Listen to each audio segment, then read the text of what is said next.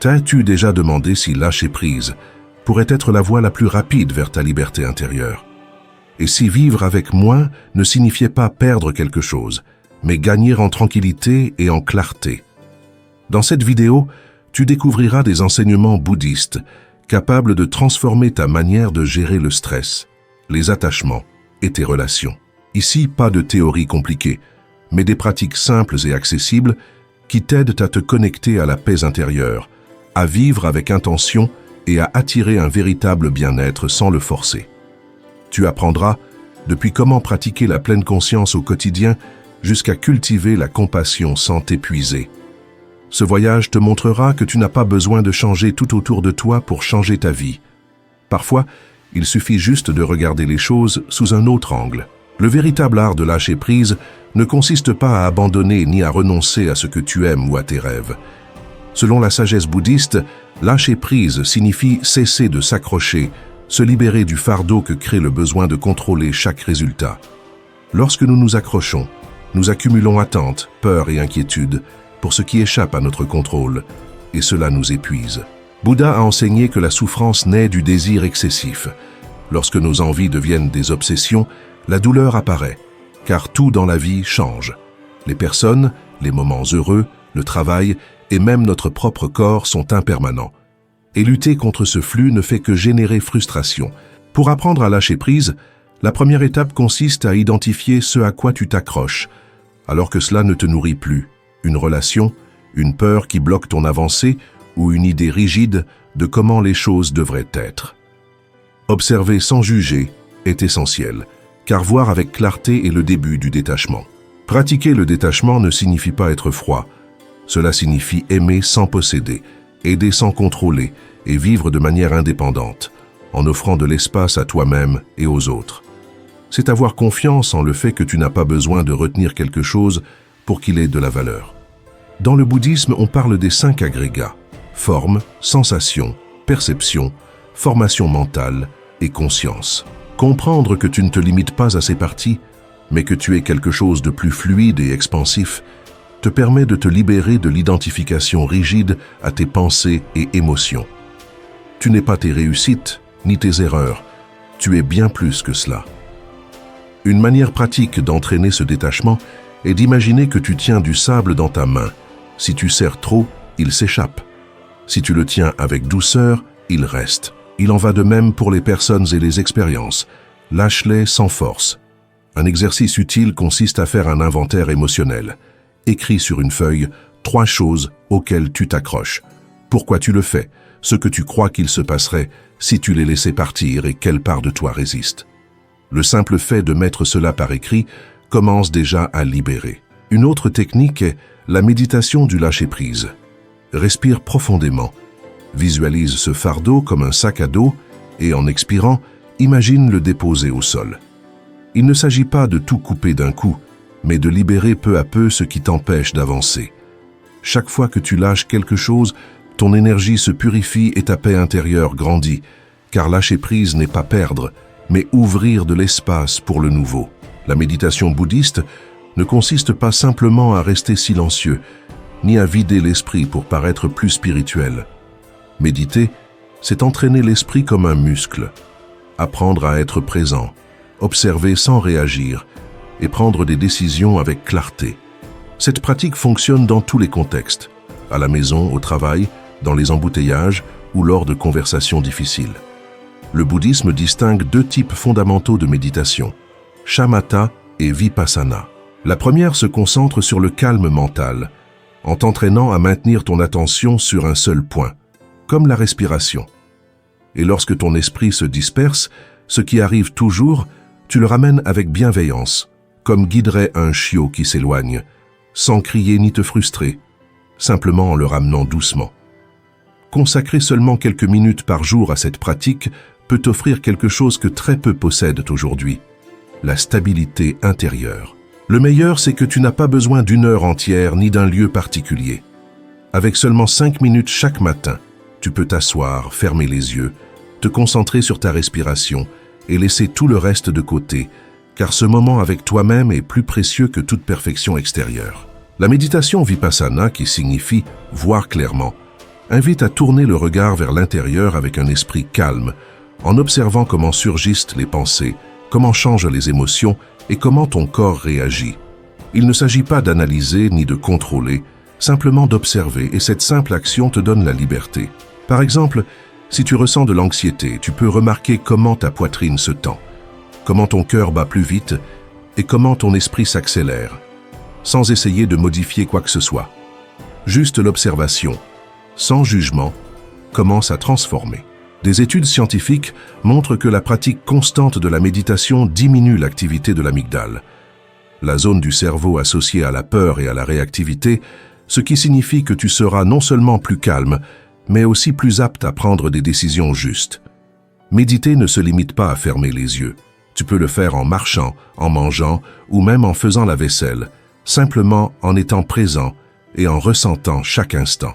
En marchant, sens comment tes pieds touchent le sol, le rythme de tes pas et la brise sur ton visage. Comme le disait Thich Nhat Hanh, n'importe quel moment peut devenir méditation si tu y mets une attention totale, du brossage des dents au regard posé sur quelqu'un. Le plus transformateur n'est pas de passer 1 heure en posture parfaite, mais de profiter de nombreuses petites pauses conscientes au cours de la journée. Pour intégrer cette pratique dans ta vie quotidienne, voici 3 suggestions simples. Au réveil, avant de toucher ton téléphone, respire profondément 3 fois et connecte-toi à ton corps. Avant de manger, fais une pause de 10 secondes et remercie mentalement la nourriture. Avant de dormir, passe en revue ta journée et observe comment tes émotions se sont développées sans les juger, juste en les regardant. Telle est l'essence de méditer dans la vie réelle. Transformer des moments ordinaires en espaces de conscience. En entraînant ton esprit de cette manière, tu transformes ta manière de vivre, comme tu entraînes ton corps ou apprends une langue. Quand ton esprit est entraîné, tu atteins la véritable liberté. La pleine conscience se révèle dans les petits moments et n'est pas simplement une technique, mais une façon d'être. Vivre en pleine conscience signifie cesser de fonctionner en pilote automatique et se connecter à ce que tu ressens réellement, à ce que tu penses et à la façon dont tu réagis. Il ne s'agit pas de tout contrôler, mais d'être présent à ce qui se passe maintenant. Notre vie moderne nous a habitués à la déconnexion. Nous faisons plusieurs choses à la fois, mangeons en utilisant le téléphone, répondons à des messages tout en parlant à quelqu'un. Cette déconnexion nourrit l'anxiété, le stress et la tristesse, car tant que ton esprit est dans le passé ou le futur, le présent, la seule réalité qui existe, passe inaperçu. Pratiquer la pleine conscience te permet de remarquer des détails auparavant ignorés. Comment ta respiration change lorsque tu es nerveux, comment tu serres les dents quand tu es irrité, comment tu agis rapidement sans vraiment écouter. Tu observes le goût de la nourriture, le bruit des feuilles qui bougent, l'expression dans les yeux de la personne qui te parle. Ces petits détails te connectent à la vie elle-même, et non à des idées à son sujet. De plus, la pleine conscience t'aide à identifier les micro-moments qui drainent ton énergie, comme les pensées automatiques ou les réactions impulsives. La pleine conscience n'est pas passivité ni immobilité comme une statue, mais une manière active d'observer ce qui se passe en toi et autour de toi avec honnêteté et sans jugement. Ce n'est pas une relaxation forcée. Tu peux être pleinement attentif tout en ressentant colère, tristesse ou peur. La clé n'est pas d'éliminer l'émotion, mais d'en être conscient pendant qu'elle survient. Cette conscience te permet d'agir depuis la clarté et non depuis l'impulsion, créant des pauses équivalentes à la liberté. Tu n'as pas besoin de transformer toute ta journée, il suffit de choisir des moments spécifiques pour la pratiquer, comme entrer dans une pièce, te laver les mains ou prendre un café sans distraction. Ces petites pratiques entraînent ton esprit et, avec le temps, améliorent ta connexion avec les autres. Écouter vraiment, sans penser à ce que tu diras ensuite ni regarder l'heure, génère des liens plus profonds et humains. Dans le bouddhisme, la pleine conscience est comparée à allumer la lumière dans une pièce sombre. Cela ne change pas ce qu'il y a, mais te permet de le voir clairement et d'agir avec sagesse. La pleine conscience transforme ta manière de gérer les conflits, de prendre soin de ton corps et de tes relations avec les autres. Elle change même ton dialogue intérieur, car tu commences à reconnaître quand tu es trop dur avec toi-même, quand tu t'exiges plus que nécessaire et quand tu cesses de t'écouter. Cette reconnaissance te donne du pouvoir, car la véritable transformation ne vient pas d'actes extraordinaires, mais de vivre consciemment et de manière extraordinaire chaque moment du quotidien. Chaque instant devient une opportunité d'être présent, et ce faisant, ton esprit, ton corps et ton cœur s'alignent. Ainsi, même les choses les plus simples de la vie commencent à se sentir pleines. Vivre en pleine conscience ne signifie pas rester concentré toute la journée comme un moine, mais être plus éveillé dans ta propre vie. Il ne s'agit pas de laisser les jours passer comme un film où tu n'es que spectateur. Il s'agit de revenir au moment présent encore et encore, comme si tu rentrais chez toi. Peu importe combien de fois tu te distrais, tu peux toujours revenir, car chaque instant est une nouvelle occasion de recommencer. Le concept de karma se comprend aussi mieux depuis cette perspective consciente. Il est souvent mal interprété, et l'on croit qu'il s'agit d'une sorte de punition cosmique pour les mauvaises actions. En réalité, le karma n'est ni punition ni récompense. C'est simplement cause et effet. Chaque pensée, parole et action laisse une trace qui fonctionne comme une graine. Selon la nature de cette graine, des fruits surgiront. Si tu sèmes la paix, tu récolteras la paix. Si tu sèmes le conflit, tôt ou tard, cela poussera. L'essentiel n'est pas de craindre le karma, mais de vivre avec conscience en reconnaissant que chaque acte, même petit, a un impact. Lorsque tu décides d'aider, de parler avec respect ou simplement d'écouter, tu crées du karma. Même tes pensées ont une influence, car ce que tu choisis de nourrir mentalement se transforme en action, et les actions répétées façonnent ton caractère. Cultiver un karma conscient dans la vie quotidienne signifie évaluer tes choix depuis un lieu de liberté, et non depuis la culpabilité ou l'obligation. Chaque fois que tu agis avec présence, bienveillance et honnêteté, tu transformes ton histoire. Tu cesses de réagir impulsivement pour répondre avec sagesse, et cela change tout. Le bouddhisme enseigne qu'il existe 3 portes pour générer du karma: le corps, la parole et l'esprit. Observer ce que tu fais, ce que tu dis et ce que tu penses demande une pratique constante. Demande-toi comment tu agis sous pression, quels mots tu choisis lorsque quelqu'un ne répond pas à tes attentes, et quelles pensées surgissent lorsque les choses ne se déroulent pas comme prévu. Cette observation ne vise pas à te juger, mais à te libérer, car en comprenant comment tu crées ta propre expérience, tu peux commencer à façonner quelque chose de différent. Imagine que ta journée est un champ de semences. Chaque conversation, décision ou geste est une graine. Certaines donneront des fruits rapidement, d'autres mettront du temps à se manifester, et certaines passeront inaperçues, mais accumulées. Elles construisent ton environnement. Si cet environnement est rempli de réactions automatiques, de précipitations et de plaintes, il sera difficile pour la paix de s'épanouir. C'est pourquoi semer consciemment à chaque acte, pensée et parole est la clé pour transformer ta vie de l'intérieur. Si tu remplis ta vie de pauses conscientes, de compassion et de responsabilité, tout ton environnement commencera à refléter cette énergie. Il est important de comprendre un point clé. Le karma n'est ni destin, ni condamnation immuable. Ce que tu as fait hier laisse une énergie, mais ce que tu fais aujourd'hui a aussi du pouvoir. Chaque instant est une opportunité de créer un nouveau chemin.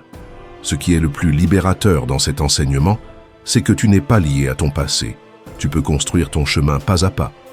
Même si tu as commis des erreurs, blessé quelqu'un ou pris de mauvaises décisions, tu peux toujours recommencer, demander pardon, réparer et agir différemment. Le karma n'est pas une chaîne, mais une invitation à vivre avec intention.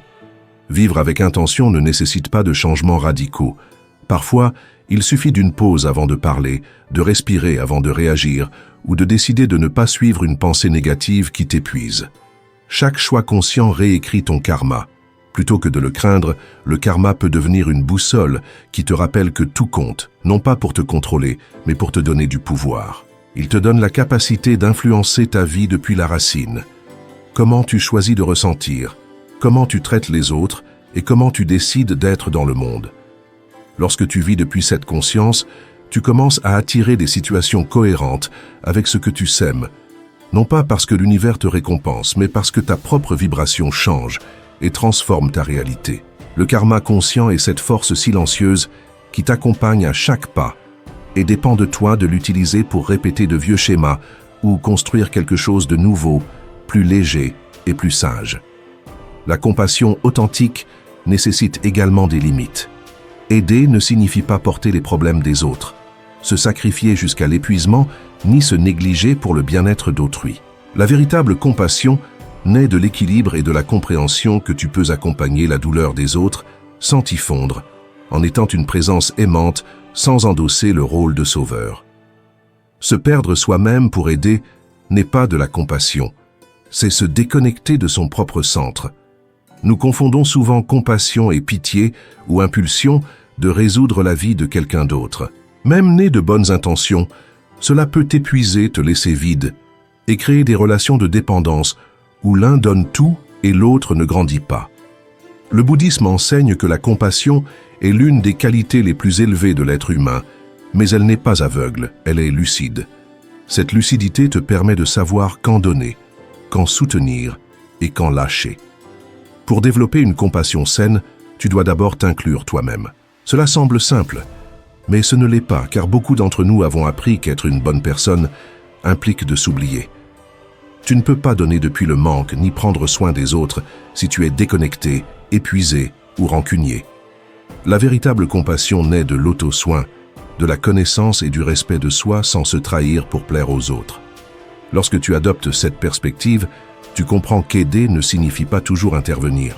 Parfois, le plus compatissant est de permettre à l'autre d'apprendre, de faire confiance à son processus, d'être présent sans envahir, d'écouter sans diriger et de soutenir sans absorber sa souffrance. Cela demande de la pratique, surtout quand tu aimes quelqu'un, car l'impulsion d'aider peut être très forte. Avec le temps, tu apprends que aider ne signifie pas toujours résoudre. Parfois, cela consiste à faire confiance à la capacité de l'autre à trouver son chemin. Dans la tradition bouddhiste, les limites ne sont pas vues comme des barrières, mais comme une forme de respect pour soi et pour les autres. Le respect de toi-même et des autres est fondamental. Si tu te surcharges pour plaire, te tais par peur du conflit ou assumes des responsabilités qui ne sont pas tiennes, tu franchis une ligne qui génère de la souffrance sur le long terme. En revanche, poser des limites avec fermeté et bienveillance est une forme de compassion. Tu dis « cela m'importe aussi ». Pratiquer la compassion avec limite signifie être présent sans disparaître, pouvoir dire « je te vois, je t'écoute, tu m'importes, mais je ne porterai pas ce que tu dois assumer ». Cette clarté ne t'éloigne pas, au contraire, elle te permet de t'approcher de manière authentique, sans masque ni attente. Une pratique bouddhiste appelée Tonglen aide à cultiver cette compassion consciente. Elle consiste à imaginer qu'en inspirant, tu reçois la souffrance de l'autre comme reconnaissance, non comme fardeau, et en expirant, tu lui renvoies soulagement, compréhension et paix. Tu ne changes pas la situation extérieure, mais tu transformes la manière dont tu te connectes. Cela te permet d'être proche de la douleur, sans y rester pris. Dans la vie quotidienne, cela se traduit par des actions concrètes. Écouter sans avoir besoin de donner des conseils, offrir de l'aide seulement jusqu'à ce que cela ne compromette pas ton bien-être, dire non lorsque quelque chose te dépasse et faire confiance au fait que chaque personne a son propre chemin et ses ressources. Parfois, ton rôle n'est pas de résoudre, mais d'être un miroir, un câlin, une présence qui accompagne sans juger.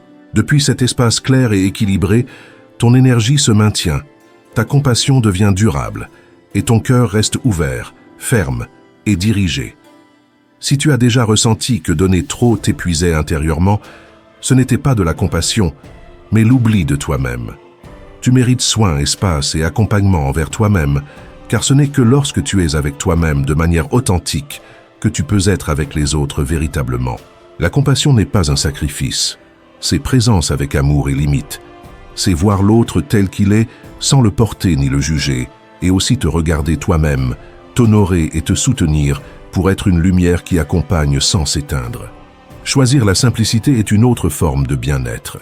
Nous vivons dans un monde qui nous pousse à avoir plus, faire plus et montrer plus, mais opter pour la simplicité est un acte de rébellion silencieuse. Revenir à l'essentiel, cesser de poursuivre l'inutile et arrêter de combler les vides avec des objets, des engagements ou des stimuli.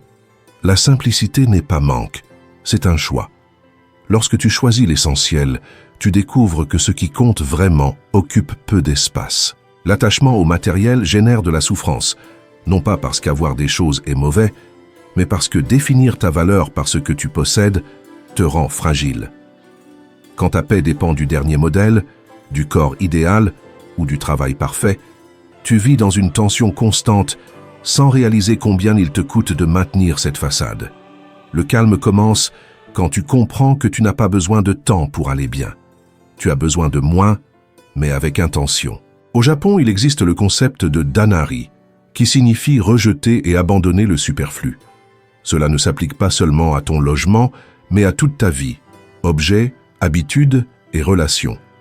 Demande-toi sincèrement, est-ce que cela m'apporte la paix ou est-ce un poids? Est-ce que je le choisis ou je le traîne? La simplicité volontaire n'est pas vivre dans le manque, c'est vivre avec intention.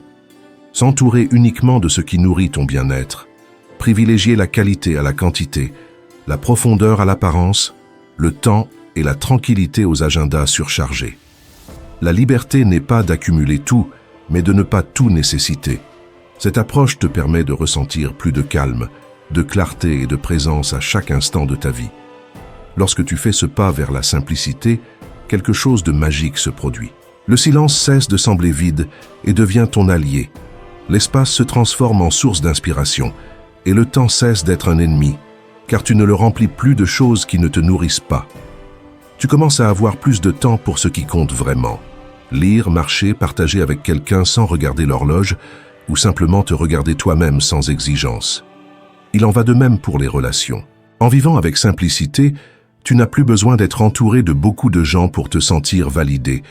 Tu préfères des liens peu nombreux mais authentiques, où tu peux être toi-même sans masque ni artifice, et où la valeur réside dans ce que tu partages depuis le cœur. Cette qualité humaine naît du détachement, du fait de ne rien avoir à prouver et de comprendre que ta valeur est en toi, pas à l'extérieur. Même dans tes habitudes de consommation, la différence se fait sentir. Tu cesses de dépendre de tant de divertissement, de distraction ou de précipitation, car lorsque l'esprit se calme, il apprend à apprécier le petit. Un café sans hâte, une conversation profonde, un après-midi tranquille. Cela, bien que simple, donne du sens. La paix n'est pas d'avoir tout, mais d'apprécier ce que tu as déjà. Vivre avec moins te donne la liberté de choisir. Tu peux travailler moins, te reposer davantage, te concentrer sur des projets qui t'inspirent et dire non sans culpabilité. Tu deviens plus conscient, plus libre, plus toi-même, car tu cesses d'être esclave de ce que l'on exige de toi et deviens créateur de ce que tu choisis. Et il ne s'agit pas d'aller vivre dans la forêt. Tu peux pratiquer la simplicité au cœur de la ville, avoir une maison tranquille même si elle n'est pas grande, travailler, atteindre des objectifs et avoir une famille, tout en choisissant l'essentiel. La simplicité ne dépend pas de l'extérieur, c'est la manière dont tu la vis. Le vrai bonheur n'est pas d'accumuler mais de se connecter, pas d'avoir tout mais de profiter de suffisamment, pas de paraître mais de ressentir la paix. Appliquer la sagesse bouddhiste à ta routine quotidienne ne nécessite pas de déménager, de quitter ton travail ou de faire une retraite longue. Ces enseignements sont pratiques, accessibles et profondément humains. Il ne s'agit pas d'adopter une nouvelle religion, mais d'apporter conscience, compassion et présence à ce que tu fais déjà. Le véritable changement se produit dans le quotidien. Comment tu vis tes matins? Comment tu te parles à toi-même? Comment tu réponds aux autres quand les choses ne se passent pas comme prévu? Commence par la respiration, non pas comme un exercice isolé, mais comme une ancre au présent. Profite de petits moments, en entrant dans une réunion, en marchant dans la rue ou en attendant dans une file, respire et reviens à toi. Cette pratique transforme ta relation au temps, au stress et à ton corps, car tu apprends à répondre depuis le calme et non depuis l'urgence. L'observation consciente de tes émotions est également clé.